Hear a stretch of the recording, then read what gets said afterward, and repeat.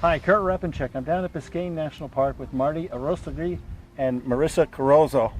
We were just out on the Florida Reef snorkeling, checking out the health of the reef, and Marty's been diving on for 70 years or so and has a real appreciation for how it's changed over the years. And Marty, I was wondering if you could tell me, from what you saw decades ago, literally, to what is going on today, how healthy is the reef? It has been a drastic change for the worse. When I started diving here as a child, 15, 16 years old, the reef was full of fish, the corals were vibrant, we had staghorns, we had elk horns, we had all kinds of other corals. All of the spatch reefs, as the ones that we saw today, had small groupers and snappers and all kinds of other fish. Today when we went, we really didn't see that. I didn't understand what I was seeing when I was 15 years old. Sure. But now I look back and I said, oh my God, look at all we've lost. Went on to help this professional fisherman for 4 or 5 days, and we went out through the same cut, Lewis Cut, that we went today. And on the south side of the cut, there was a big flat, and he said, why don't you jump in here with your snorkeling equipment and get me some conch?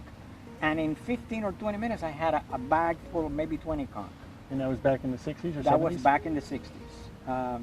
And now they're none.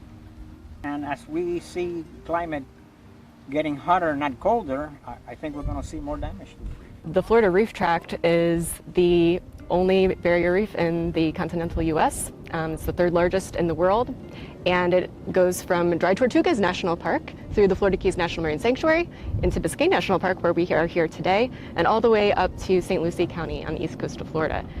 Decline of coral reefs and of course the fisheries that depend on them has been really, really drastic. And one of the ways that we have been raising awareness is by advocating for marine protected areas or marine reserve zones stand when they're out in these very sensitive resources. You're very shallow waters. Seagrasses can be easily damaged by propeller scars.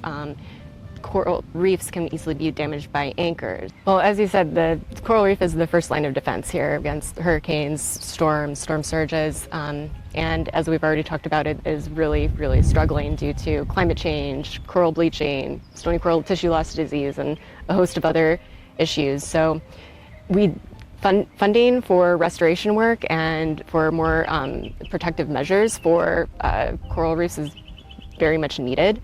The DeSantis administration has committed money over the past, since 2019, to help restore the reef, and they have a plan for about 25% of reef restoration by the year 2050.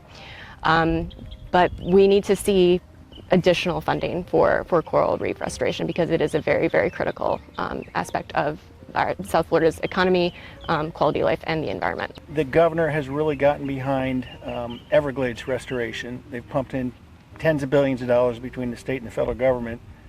And it seems like the coral reef that attracts so many tourists and brings in so many millions, hundreds of millions of tourism dollars, hundreds of millions of property protection by dampening down the wave surge and whatnot, doesn't seem to be getting just the same attention. Is that right, or am I oversimplifying things?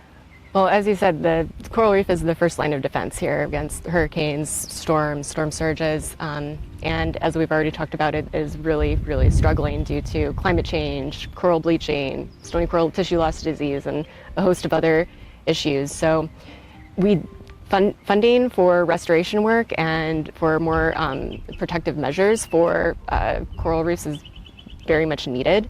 The DeSantis administration has committed money over the past, since 2019, to help restore the reef, and they have a plan for about 25% of reef restoration by the year 2050. But when it comes to restoration, it's far more complex. I think we need to look at the whole area of South Florida, Everglades restoration, Biscayne Bay restoration, and coral reef restoration as a unified process, because all of these ecosystems are uniquely interactive, and any damage to one area will spill to all the others. Let me give you an example.